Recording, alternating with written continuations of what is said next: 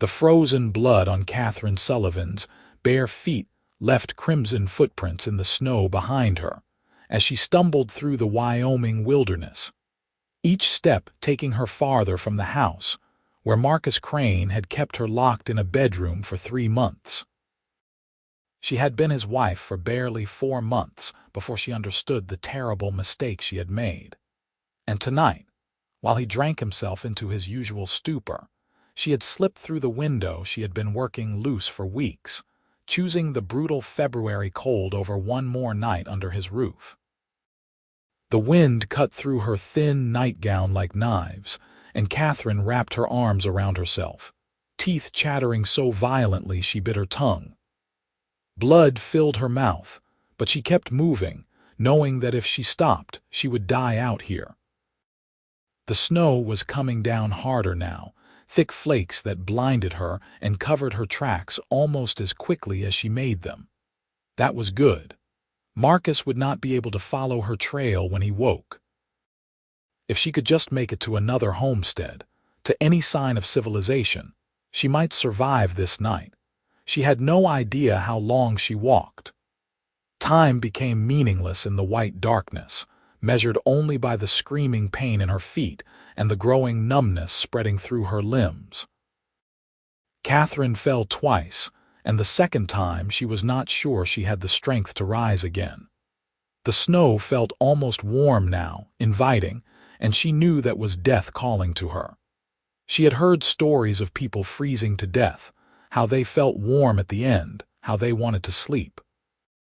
"Get up," she whispered to herself, her voice lost in the howling wind.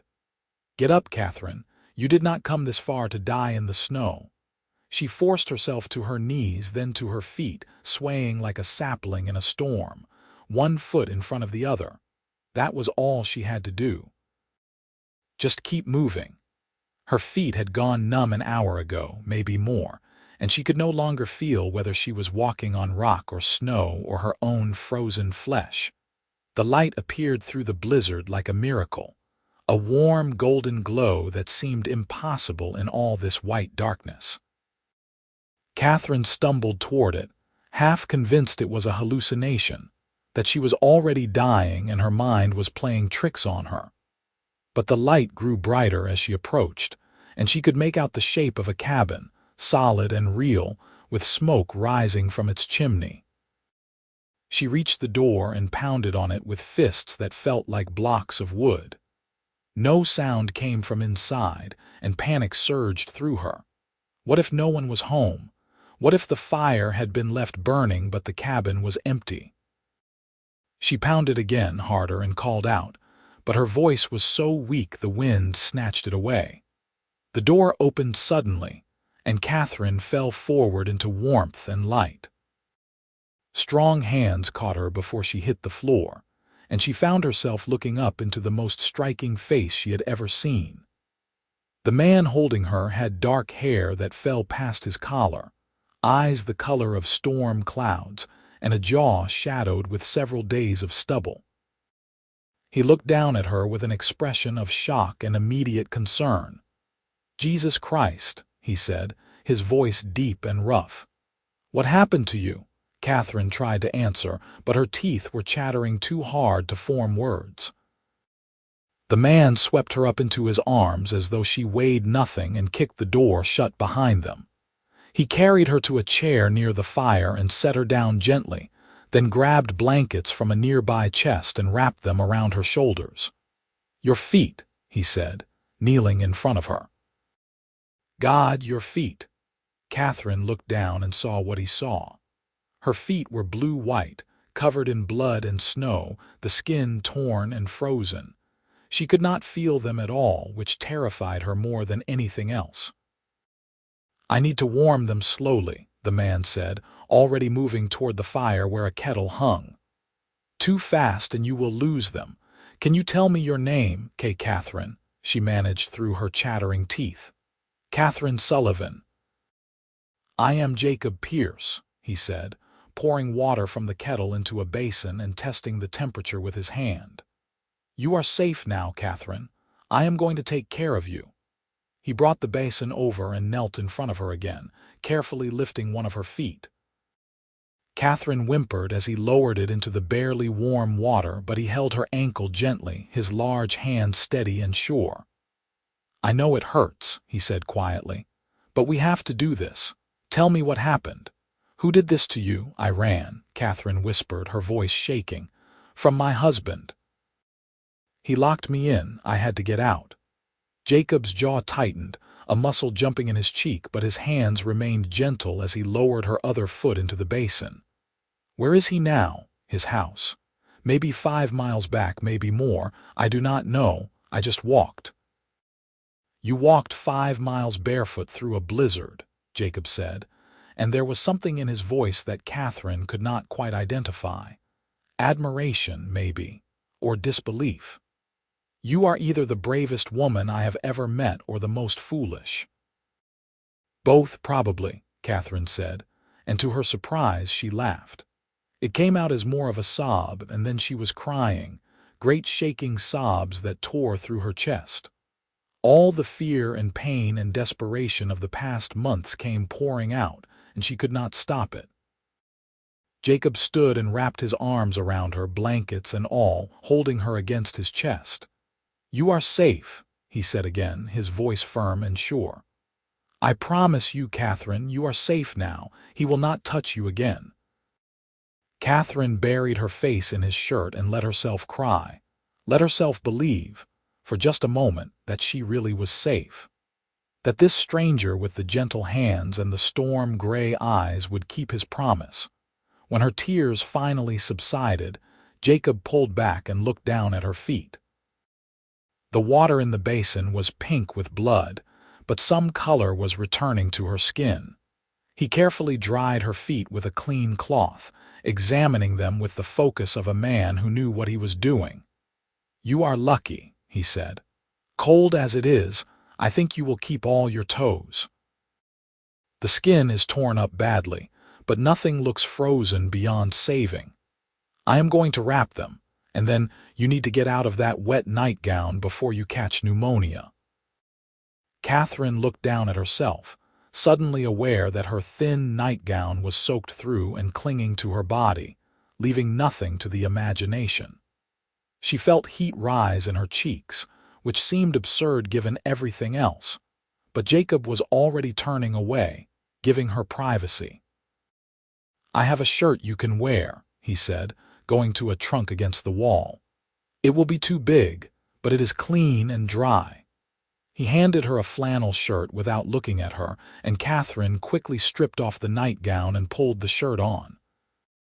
It fell to her knees, the sleeves hanging well past her hands, but it was warm and soft and smelled like soap and something else, something masculine and not unpleasant.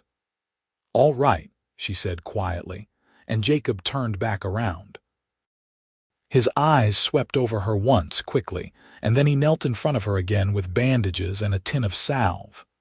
"This is going to hurt," he warned, and then he began cleaning her wounds. Katherine bit her lip hard enough to draw blood, but she did not cry out. She had endured worse. Much worse. Jacob worked in silence, his movements efficient but gentle.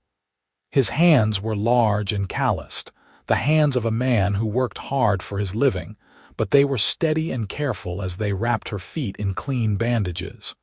"Where did you learn to do this?" Katherine asked, partly to distract herself from the pain.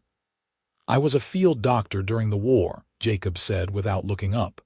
"Not formally trained, but I learned fast. Had to." "Which side?" Katherine asked, then immediately regretted the question.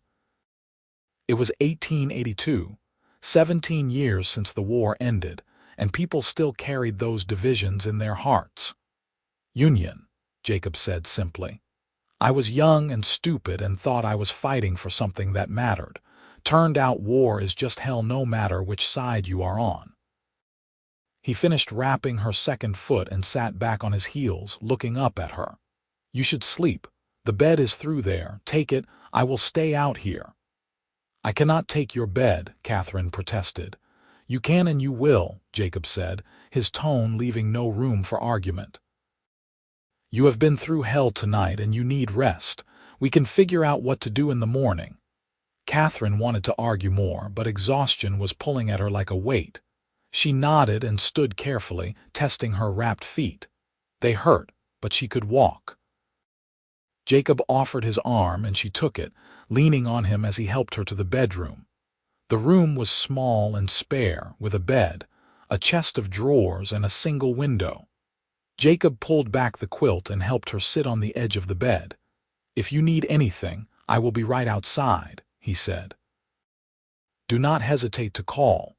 "Jacob," Katherine said as he turned to leave. "Thank you, you saved my life." He looked back at her, his gray eyes unreadable in the lamplight. "Get some sleep, Katherine. We will talk in the morning." He left, closing the door softly behind him, and Katherine lay back on the bed, pulling the quilt up to her chin. The sheets smelled like him, clean and masculine, and she found it oddly comforting. For the first time in months, she felt safe enough to close her eyes without fear. When Katherine woke, pale winter sunlight was streaming through the window, and the smell of coffee and bacon filled the air. For a moment she was disoriented, forgetting where she was, and then everything came rushing back. The escape. The snow. Jacob. She sat up carefully, testing her feet. They hurt, a deep aching pain that made her wince, but when she unwrapped the bandages to look at them, they looked better than she expected. The skin was still torn and bruised, but the blue-white color was gone, replaced by a healthier pink. Katherine rewrapped her feet as best she could and stood, limping to the door. She found Jacob at the stove, turning bacon in a cast-iron skillet. He looked up when she entered and smiled, a real smile that transformed his serious face. "Good morning," he said. "How are your feet?" "Painful but better," Katherine said. "Thank you for everything you did." "Sit down," Jacob said, nodding toward the table. "Breakfast is almost ready." Katherine sat, watching as he plated bacon and eggs and thick slices of bread. He set a plate in front of her and poured her coffee, then sat down across from her with his own breakfast. "We need to talk about what happens now," Jacob said after they had eaten in silence for a few minutes. "Your husband, he will come looking for you." Katherine's hand tightened around her coffee cup. "I know, but I cannot go back, Jacob. I would rather die out in that snow." "You are not going back," Jacob said firmly. "That is not what I meant, but we need to be prepared. How far away is his house?" "I do not know exactly. I walked for hours, but I have no idea how far I actually went. The storm was so bad." Jacob nodded thoughtfully. "This cabin is about 10 miles from the nearest town, which is Sheridan. If your husband's place is anywhere in this area, word will spread quickly about a missing wife. We need to decide what story we are going to tell." "Story?" Katherine asked, confused. "People will talk," Jacob said bluntly. "A woman shows up at a bachelor's cabin in the middle of the night, stays the night. You know how that looks." Katherine felt her cheeks flush. She had not thought about that, about how this would appear to others. "I suppose I could say I am your cousin, or your sister." "No one would believe that," Jacob said. "We look nothing alike, and besides, everyone in Sheridan knows I have no family left. My parents died years ago, and I was an only child." "Then what do we say?" Katherine asked. Jacob was quiet for a long moment, his eyes on his coffee. When he spoke, his voice was careful. "We could say we are married, that you are my wife and you came here to join me. It would explain your presence and it would protect you from your husband. Legally, he cannot touch another man's wife without facing serious consequences." Katherine stared at him. "But we are not married." "No," Jacob agreed, "but no one else knows that. And if we say we are, it gives you protection. It gives you a place to stay without causing scandal. It keeps you safe." "But that would be a lie," Katherine said. "And what about when people find out the truth?" "What truth?" Jacob asked. "You said yourself you were married to this man." "Are there papers?" Katherine shook her head slowly.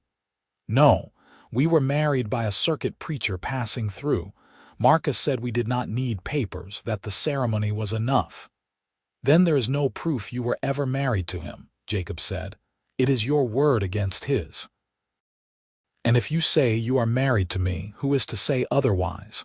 Katherine's mind was spinning. It was madness what he was suggesting, but it was also brilliant. If everyone believed she was Jacob's wife, Marcus would have no claim on her. He could not drag her back to his house, could not force her to return. "Why would you do this for me?" she asked quietly. "You do not even know me." Jacob met her eyes across the table, his gray gaze steady and honest. "Because no woman deserves to be locked up like an animal. Because you walked 5 miles barefoot through a blizzard to escape, and that kind of courage deserves to be rewarded, not punished. And because I have this cabin and this land, and there is room enough for 2 if you are willing." "But what about you?" Katherine asked. "What do you get out of this arrangement?" Jacob smiled faintly. "Company, I suppose. It gets lonely out here in the winter, and a woman's touch around the place would not hurt. But I am not asking anything from you, Katherine. This would be a marriage in name only, for protection and propriety. You would have your own space, your own life. I would not presume anything more." Katherine studied him, trying to understand this man who had taken her in without question, who was now offering her protection and a home without asking for anything in return. She had learned the hard way that men could not be trusted, that kindness often came with hidden costs. But there was something in Jacob's eyes, something honest and straightforward, that made her want to believe him. "What if I say yes?" Katherine asked. "What happens then?"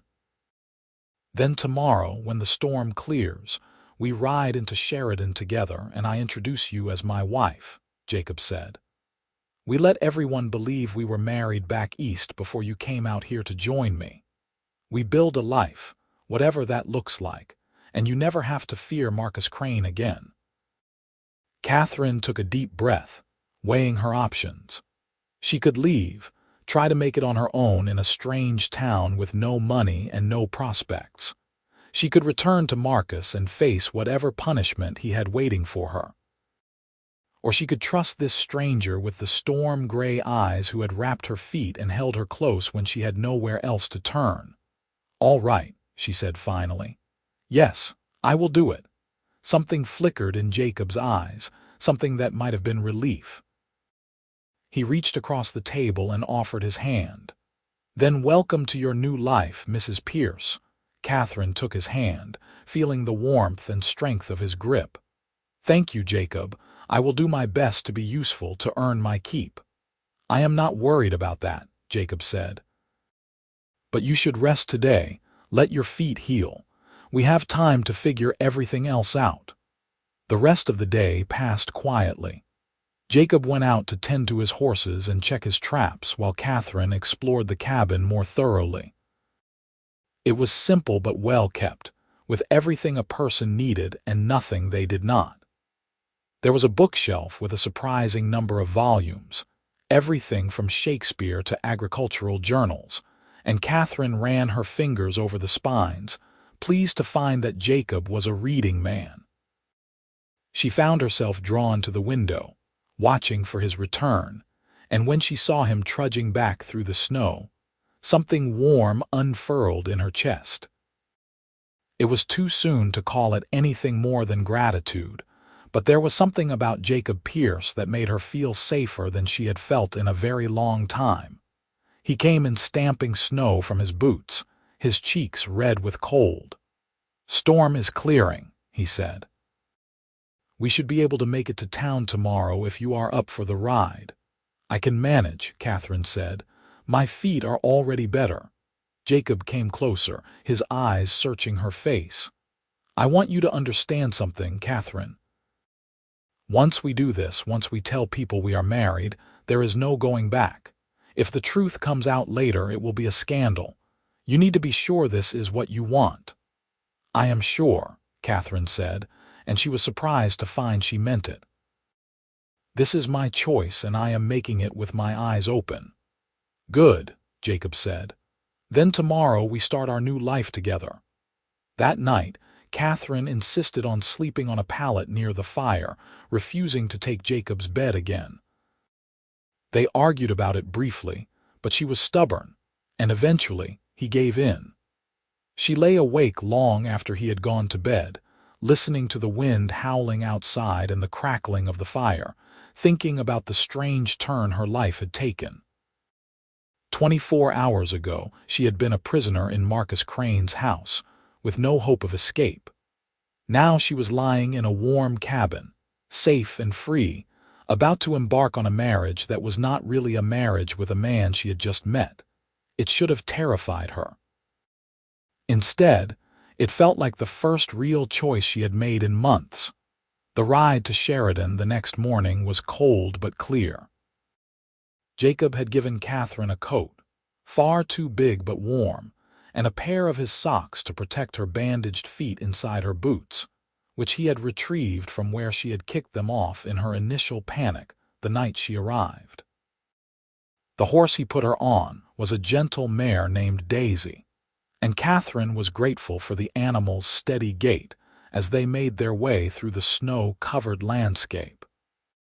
Sheridan was a small town, maybe 500 people, with a main street lined with businesses and houses spreading out from there. People stopped what they were doing to stare as Jacob and Katherine rode in together, and Katherine could feel the weight of their curiosity. Jacob seemed unbothered by the attention, keeping his hand on her back possessively as he helped her down from her horse. "Stay close," he murmured in her ear. "Let me do the talking at first." They went to the general store first, and the woman behind the counter, a plump matron with sharp eyes, looked Katherine up and down with obvious interest. "Jacob Pierce," the woman said. "Who is this, Mrs. Walters? I would like you to meet my wife, Katherine," Jacob said smoothly. "She just arrived from back east." Mrs. Walters's eyes widened. "Your wife? Well, my goodness, Jacob, I had no idea you were married. When did this happen?" "A few months ago," Jacob said. "We wanted to wait until I had the cabin ready before Katherine made the journey out here. But she is here now, and we are very happy." Mrs. Walters looked between them, clearly trying to decide if she believed this story. "Well, congratulations," she said finally. "Welcome to Sheridan, Mrs. Pierce. I am sure we will all be very glad to have you." "Thank you," Katherine said quietly. "It is nice to meet you." They spent the next hour making similar introductions around town. Jacob introduced Katherine to the doctor, to the mayor, to the owner of the saloon, each time telling the same story with such ease and confidence that even Katherine almost believed it. People seemed genuinely happy for Jacob, slapping him on the back and congratulating him on his marriage. A few of the women looked at Katherine with something that might have been envy, and she realized with some surprise that Jacob was considered quite a catch in this town. They were about to leave when a man on horseback rode up and Katherine's blood turned to ice.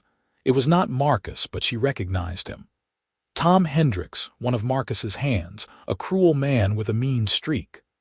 "Well, well," Hendricks said, his eyes locking on Katherine, "if it is not Mrs. Crane. Your husband has been looking everywhere for you." Jacob stepped in front of Katherine, his body a wall between her and Hendricks. "You are mistaken," he said, his voice dangerously calm. "This is my wife, Katherine Pierce." Hendricks laughed, a harsh, ugly sound. "The hell she is." "That is Katherine Crane, and she belongs to Marcus. He is going to be real glad to know where she is." "Katherine is my wife," Jacob said again, his hand moving to rest on the gun at his hip. "Legally married and under my protection. If Marcus Crane has a problem with that, he can take it up with me directly." "You are making a big mistake, Pierce," Hendricks said, but there was uncertainty in his voice now. He could see the gathering crowd, could see that public opinion was on Jacob's side. "The only mistake being made here is you not riding away right now." Jacob said. Katherine is where she belongs, and that is the end of it. Tell Crane that if he comes around my property or bothers my wife, I will consider it a threat and act accordingly. Hendrik stared at them for a long moment, then spat in the snow and wheeled his horse around, riding off in a cloud of powder. Jacob kept his hand on his gun until the man was out of sight, then turned to Katherine. "We need to go," he said quietly. "Now." They rode back to the cabin in tense silence. Katherine could feel the fear creeping back in, the certainty that Marcus would come for her, that this fragile safety Jacob had built for her would shatter. When they reached the cabin, Jacob helped her down and led her inside, his face grim.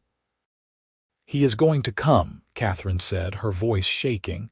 "You know he is going to come." "Let him," Jacob said. "This is my land, Katherine, and you are under my protection. The law is on our side now. Everyone in town believes you are my wife, and Crane cannot take you without it being considered kidnapping or worse." "You do not know him," Katherine whispered. "You do not know what he is capable of." Jacob took her by the shoulders, making her look at him. "And he does not know me. I am not some circuit preacher who married you in secret, Katherine. I am a war veteran with a legal claim to this land and a reputation in this town. If he wants to start trouble, he will find himself on the wrong end of it." Katherine wanted to believe him, but fear had its hooks in her deep. "He beat me," she said, the words tumbling out before she could stop them. "When I did not do exactly what he wanted, when I spoke back or tried to leave. He beat me until I could not walk, and then he locked me in that room until I healed enough that the bruises would not show. That is the kind of man he is, Jacob. That is what I ran from." Jacob's face went very still, his eyes darkening to the color of a winter storm. "Did he?" He stopped, seeming unable to finish the question. "No," Katherine said. "Not that, but everything else. He owned me or thought he did. I was a thing to him, not a person." "He will never touch you again," Jacob said, and there was such fury in his voice that Katherine believed him. "I swear to you, Katherine, on my life, he will never lay a hand on you again." 3 days passed with no sign of Marcus, and Katherine began to breathe easier. Jacob was patient with her, giving her space when she needed it and company when she did not. They fell into a routine that felt surprisingly natural. Katherine took over the cooking and the cleaning, not because Jacob demanded it, but because she wanted to contribute, wanted to feel useful. Jacob taught her to shoot, setting up targets in the snow and standing behind her to show her how to hold the rifle properly. "A woman living out here needs to know how to protect herself," he said. "Especially now." Katherine proved to be a quick study, her hands steady and her eyes sharp. Jacob watched her with approval, and she found herself pleased by his praise, wanting to earn more of it. The nights were harder.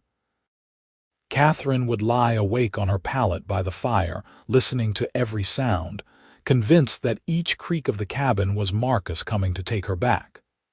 Jacob seemed to sense her fear, and more than once, she woke to find him sitting in a chair near her, keeping watch.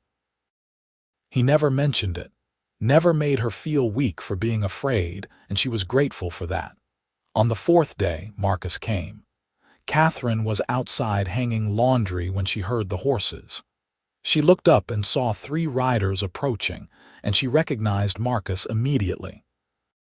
He sat his horse like a king, tall and commanding, with his dark hair and handsome face. He had been so charming when they first met, so attentive and kind, and she had been young and foolish enough to believe it was real. Jacob came out of the barn, rifle in hand, moving to stand between Katherine and the approaching riders. "That is far enough," he called out when they were still 20 yards away. "This is private property." Marcus reined in his horse, his eyes fixed on Katherine. "I am here for my wife," he said, his voice smooth and reasonable. "There has been some misunderstanding, Mr. Pierce. That woman is Katherine Crane, my legal wife, and she belongs at home with me." "There is no misunderstanding," Jacob said calmly. "Katherine is my wife, and she is exactly where she belongs." "That is a lie," Marcus said, his voice hardening. "We were married 4 months ago by Reverend Thompson. She is mine by law and by God." "Show me the papers," Jacob said. "If you have legal proof of this marriage, produce it." Marcus's jaw tightened. "There are no papers. It was a binding ceremony witnessed and blessed by a man of God. That is all the proof needed." "Not in Wyoming territory," Jacob said. "Here you need papers filed with the county clerk. No papers, no marriage." "Which means Katherine was free to marry me, which she did. We have our papers in order, do you?" It was a bluff. Jacob and Katherine had no papers any more than Marcus did, but Marcus did not know that, and uncertainty flickered across his face. "Katherine," Marcus called, his voice taking on a pleading tone. "Please, darling, come home. Whatever I did to upset you, I am sorry. We can work this out. Just come home with me." Katherine stepped closer to Jacob, her hand finding his arm. "No," she said, her voice stronger than she felt. "I am not going anywhere with you, Marcus. I am staying here with my husband." "Your husband?" Marcus's face twisted with rage. "You lying whore. You ran off in the night like a thief, and now you stand there with this man and pretend you are his wife. I know what you are, Katherine. I know what you have done." "That is enough," Jacob said, his voice like iron. "You will not speak to her that way. You will turn around and ride off my property, and you will not come back. If you do, I will defend my home and my wife with whatever force is necessary. Do you understand me?" Marcus stared at him, hatred burning in his eyes. For a moment, Katherine thought he would draw his gun, would force this confrontation to its bloody conclusion. But then he seemed to master himself, pulling back on his rage with visible effort. "This is not over," he said. "I will go to the law, and they will see this for what it is. You are harboring a married woman, Pierce, and that is a crime." "Go to the law," Jacob said. "I welcome it. Let a judge decide whose claim is legal. But until then, stay away from my property and stay away from my wife." Marcus wheeled his horse around and rode off, his 2 men following. Katherine watched until they disappeared from sight, then sagged against Jacob, her legs suddenly weak. "He meant it," she said. "About going to the law, I know," Jacob said, "which means we need to get ahead of him." The next day, they rode to the county seat in Buffalo, a full day's journey from the cabin. Jacob had Katherine write out an affidavit swearing that she had never been legally married to Marcus Crane, that any ceremony performed had been without her full consent and without proper legal documentation. He then filed paperwork with the county clerk declaring his own marriage to Katherine, backdating it by several months. It was all technically illegal, but the clerk, an elderly man who seemed charmed by Katherine's quiet demeanor and Jacob's respectability, accepted everything without question. "There," Jacob said as they left the clerk's office. "Now we have papers, legal proof that you are Katherine Pierce, my wife. If Marcus goes to a judge, we can produce documentation that supersedes any claim he might make." "But it is all a lie," Katherine said quietly. Jacob stopped, turning to face her. "Is it? You are living in my home as my wife. You take my name and my protection. In every way that matters, Katherine, we are married. A piece of paper and a ceremony are just formalities." "But we are not married in the way that counts," Katherine said, feeling her cheeks heat. "We are not truly husband and wife." Jacob looked at her for a long moment, something unreadable in his gray eyes. "No," he said finally, "we are not, but we could be if you wanted." "This does not have to stay a pretense, Katherine. I would be honored to truly be your husband in all ways if that is something you might consider in time." Katherine's heart was pounding. She had not expected this, had not thought beyond the immediate need for safety and protection. But now, Standing in the cold Wyoming air with Jacob looking at her with such honesty and hope, she realized that somewhere in the past week, her feelings had shifted. She no longer saw Jacob as just her rescuer or her protector. She saw him as a good man, a kind man, someone who made her feel safe and valued in a way Marcus never had. "I need time," she said finally. "Everything has happened so fast. I need time to figure out what I want." "Take all the time you need," Jacob said gently. "I am not going anywhere, and neither are you. We have time, Katherine. We have all the time in the world." The ride back to the cabin was quiet but not uncomfortable. Katherine found herself watching Jacob as he rode, noting the easy way he sat his horse, the competence with which he handled the reins. He was handsome, she realized, in a rugged, weathered way that had nothing to do with Marcus's polished good looks.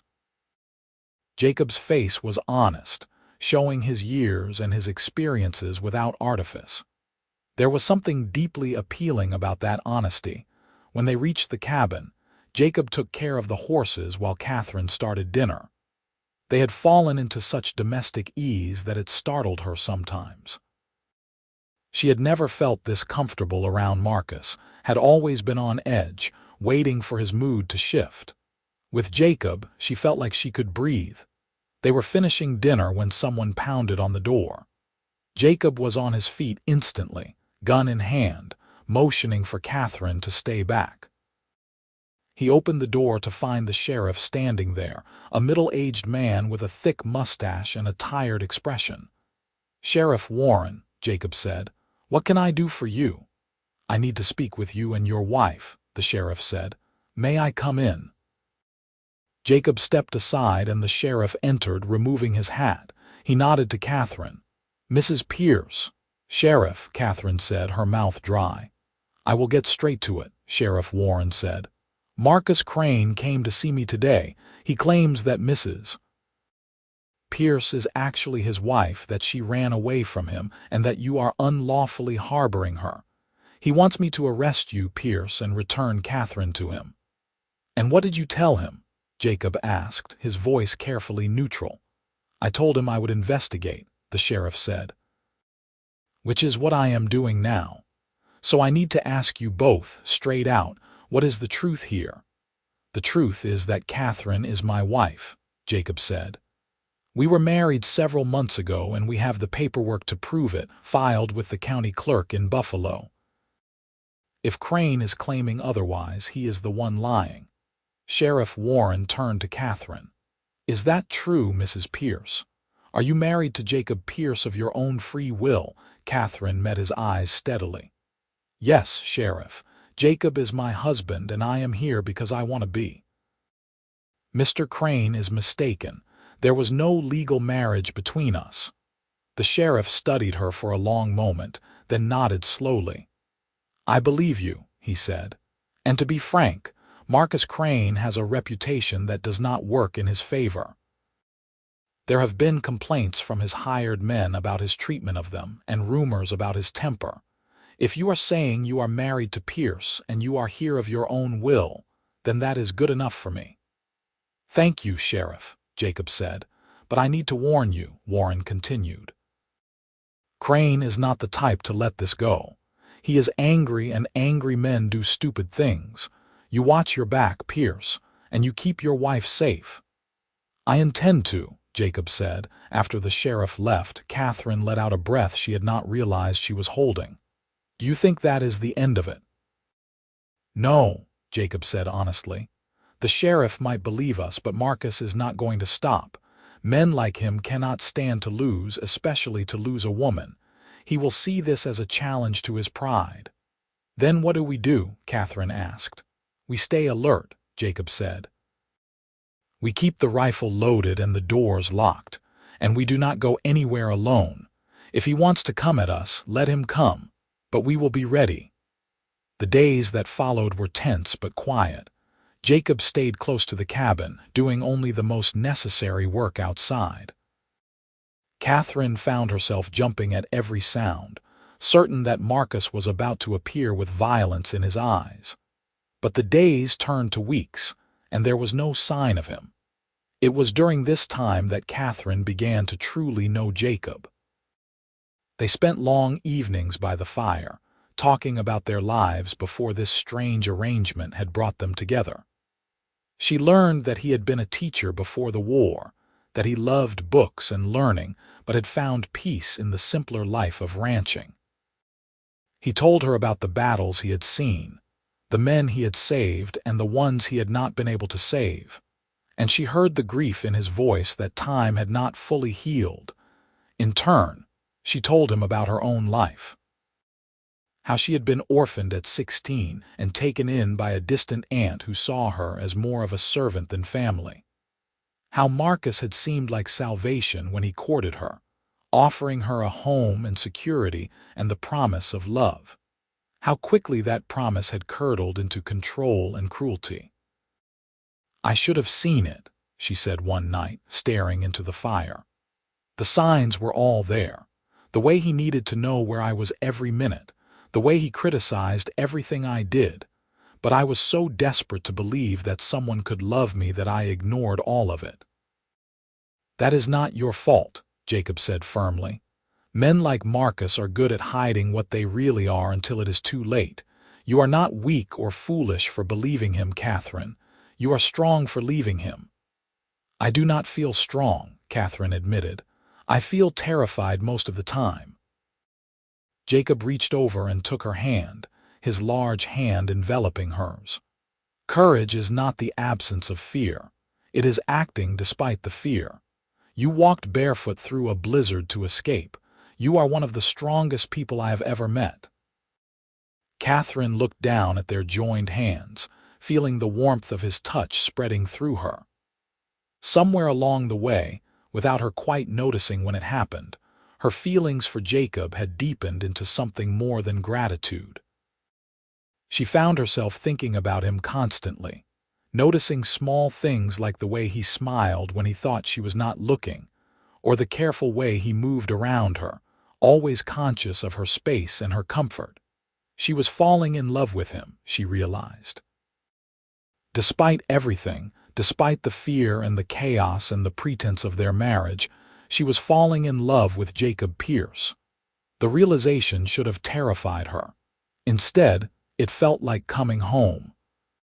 Spring came slowly to Wyoming, the snow melting in patches to reveal the brown grass beneath. Jacob began preparing his fields for planting, and Katherine helped where she could, learning the rhythms of ranch life. Her feet had healed completely, leaving only faint scars as a reminder of that desperate night. But the scars on her heart were taking longer to fade. It was a warm April afternoon when Marcus came back. Katherine was in the garden, planting seeds that Jacob had bought in town when she heard the shot. She stood up fast, her heart in her throat, and saw Jacob running from the barn, blood streaming down his arm. Behind him on horseback was Marcus, a rifle in his hands. "No." Katherine screamed, running toward Jacob. Another shot rang out, kicking up dirt near her feet, and Jacob grabbed her, pulling her behind a water trough. "Stay down," he commanded, drawing his own gun. "You cannot hide from me forever, Pierce," Marcus shouted. "That is my wife, and I am taking her back." "Over my dead body," Jacob shouted back, firing a shot that made Marcus's horse rear. Katherine grabbed the rifle that Jacob always kept near the door, her hands shaking but steady. She had learned to shoot, and she was not going to hide while Jacob fought her battle for her. She rose up and fired, deliberately aiming high, and had the satisfaction of seeing Marcus duck. "Katherine, get back inside," Jacob said through gritted teeth, blood dripping from his arm. "No," Katherine said. "I am done running." She fired again, and this time her shot was true. It hit the ground right in front of Marcus's horse, sending the animal into a panic. Marcus fought for control, and in that moment Jacob stood up and took aim. "It is over, Crane," Jacob called. "You shot me on my own property in front of witnesses. That is assault at minimum, attempted murder if I want to press it. You are done. Ride away now and maybe I will not have you arrested. Stay, and I will kill you where you stand." Marcus's face was twisted with rage, but he could see he was outgunned. Katherine stood beside Jacob, rifle steady in her hands, and she saw the moment when Marcus realized he had lost. Not just this fight, but everything. She was not afraid of him anymore. "You are not worth it," Marcus spat. "You are both welcome to each other. I hope you rot together." He wheeled his horse around and rode off, and this time Katherine knew he would not be back. There was nothing left for him here. She had made her choice, and it was not him. Jacob swayed on his feet, and Katherine dropped her rifle, catching him before he fell. "You are hurt," she said, seeing the blood soaking his sleeve. "Just a graze," Jacob said, but his face was pale. "Help me inside." Katherine got him into the cabin and onto a chair, carefully cutting away his sleeve to examine the wound. The bullet had torn a furrow through the muscle of his upper arm, deep but not life-threatening. She cleaned it with whiskey, ignoring Jacob's hissing intake of breath, and bandaged it tightly.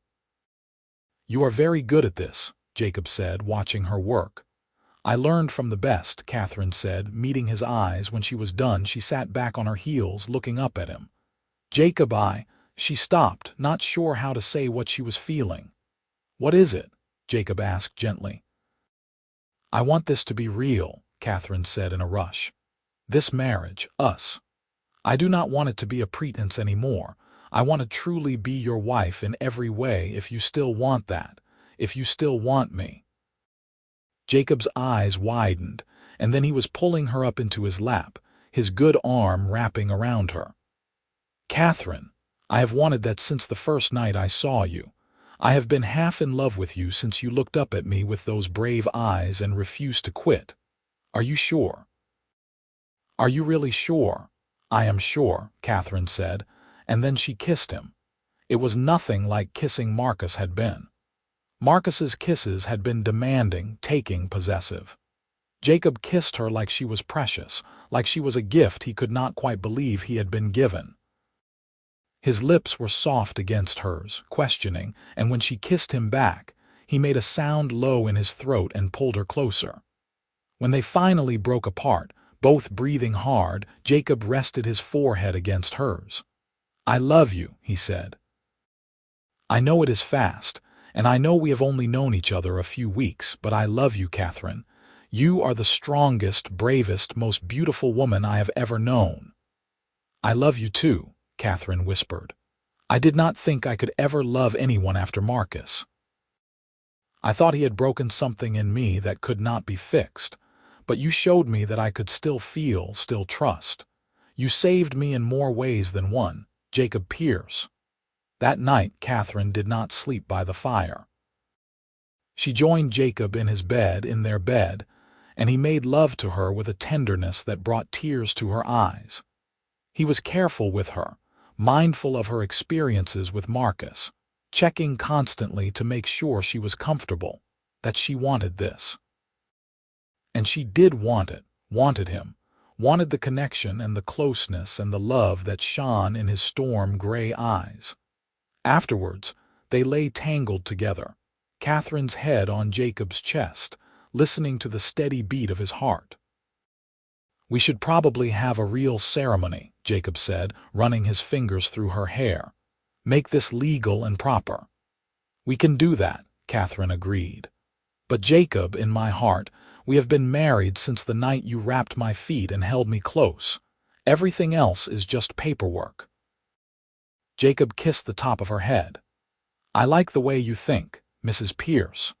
They were married properly in June by the circuit judge who came through Sheridan. It was a small affair, with just a few neighbors and townspeople as witnesses, but it was real and legal and binding. Katherine wore a simple blue dress that Jacob had bought for her, and she carried wildflowers that she had picked that morning. When the judge pronounced them man and wife, and Jacob kissed her, she felt like her life was finally beginning. The years that followed were not always easy. Ranching in Wyoming was hard work, with long winters and unpredictable weather and the constant challenge of making ends meet. But they faced everything together, Jacob and Katherine, partners in every sense of the word. She proved to be a natural rancher, learning quickly and working tirelessly beside Jacob to build their homestead into something prosperous. They heard, eventually, that Marcus had left the territory, moving back east where his family had money and influence. Katherine was glad. Not because she hated him, but because his absence meant she could truly put that chapter of her life behind her. In the spring of 1884, Katherine gave birth to their first child, a boy they named James, after Jacob's father. Jacob wept when he held his son for the first time, this man who had seen so much death and suffering during the war, overcome by the miracle of new life. "We made this," he said in wonder, looking between Katherine and the baby. "We made this perfect little person." "We did," Katherine agreed, exhausted and happy. "We make a good team." 2 years later, a daughter arrived whom they named Grace. She had her mother's green eyes and her father's dark hair, and she was a wild, fearless child who kept them both on their toes.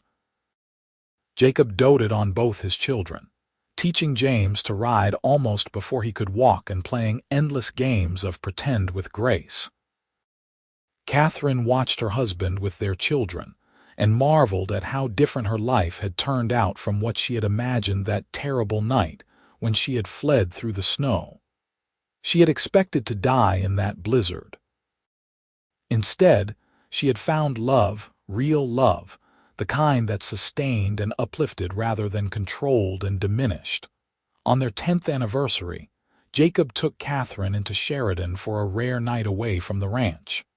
They left the children with Mrs. Walters, the same woman who had been the first to meet Katherine all those years ago and who had become a dear friend. Over dinner at the hotel restaurant, Jacob reached across the table and took Katherine's hand. "You remember the first night we met?" he asked. "How could I forget?" Katherine said, "I thought I was going to die, and then you opened your door and saved my life." "You saved your own life," Jacob corrected. "You made the choice to walk through that storm. I just gave you a place to land." "You gave me so much more than that," Katherine said. "You gave me a home, a family, a life worth living. You gave me love. Real love, not the twisted thing Marcus called love. You showed me what it means to be a partner, to be respected and valued. Everything good in my life comes from you, Jacob." "And everything good in mine comes from you," Jacob said. "I was so lonely before you came, Katherine. I had this land and this cabin, but I did not have a purpose. You gave me that. You and the children, you are my purpose. You are my everything." Katherine felt tears prick her eyes, happy tears this time. "I love you so much." "I love you too," Jacob said, "and I will love you for the rest of my life, however long that may be." They walked back to the cabin that night under a sky full of stars, Jacob's arm around Katherine's shoulders, and she thought about how far they had come.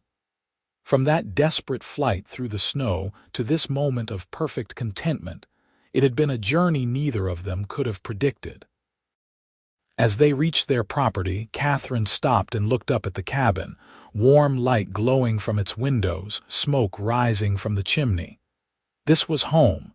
This was where she belonged. "What are you thinking?" Jacob asked, following her gaze. "I am thinking about that girl who walked barefoot through the snow," Katherine said.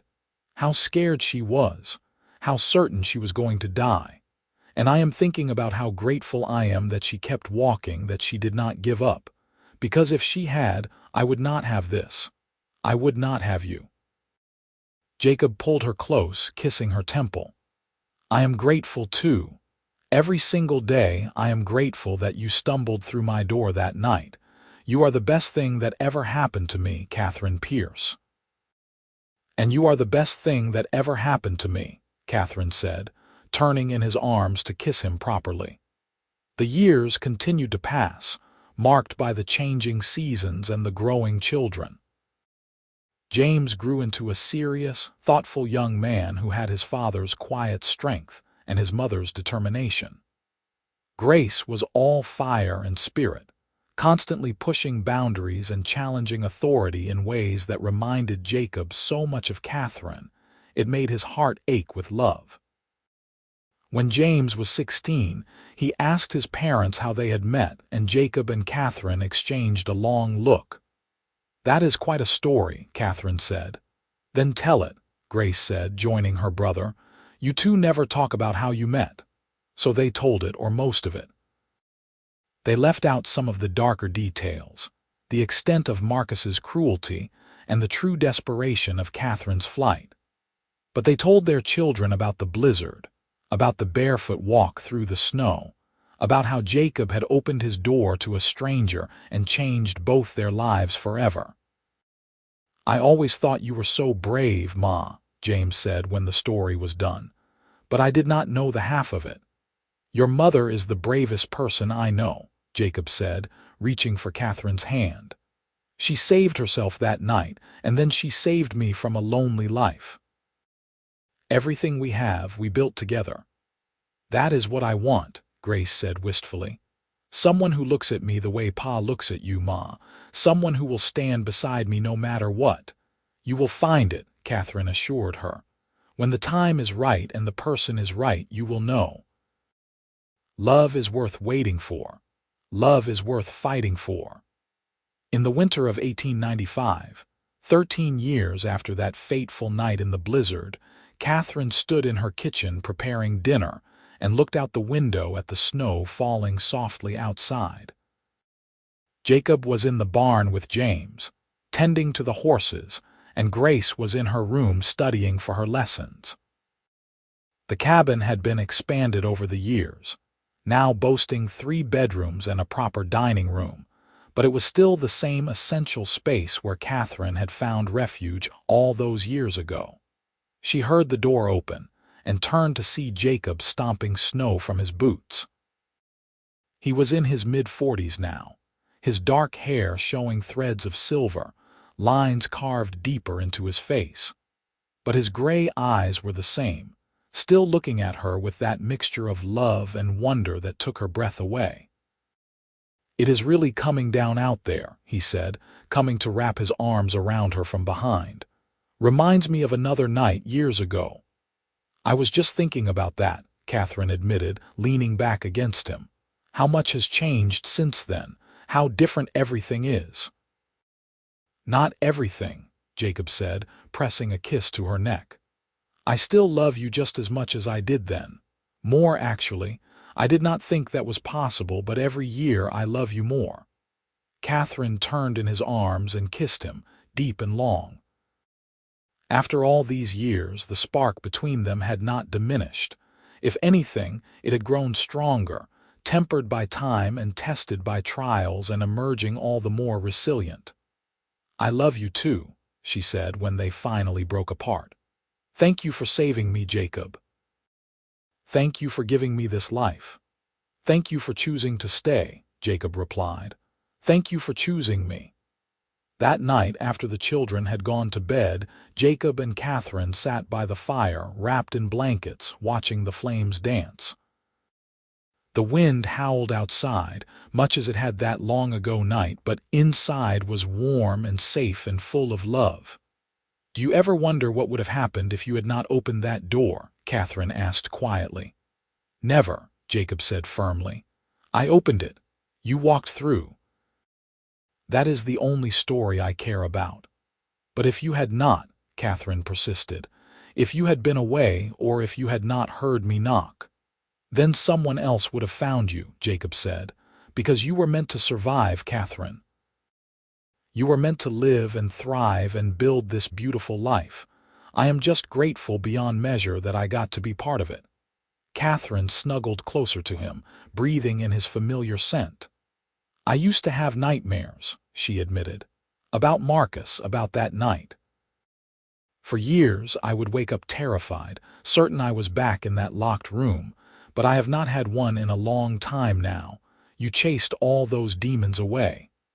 "We chased them away together," Jacob corrected. "You did the hard work, Katherine. I just stood beside you while you did it." They sat in comfortable silence for a while, the only sounds the crackling of the fire and the wind outside. Then Jacob spoke again, his voice thoughtful. "I have been thinking about expanding the ranch," he said. "James is old enough now to take on more responsibility, and we have the capital saved up. We could buy the Patterson place next door, double our acreage." "That would mean more work," Katherine said, "but also more opportunity. I think it is a good idea." James would love the responsibility, and it would set him up well for when he is ready to take over.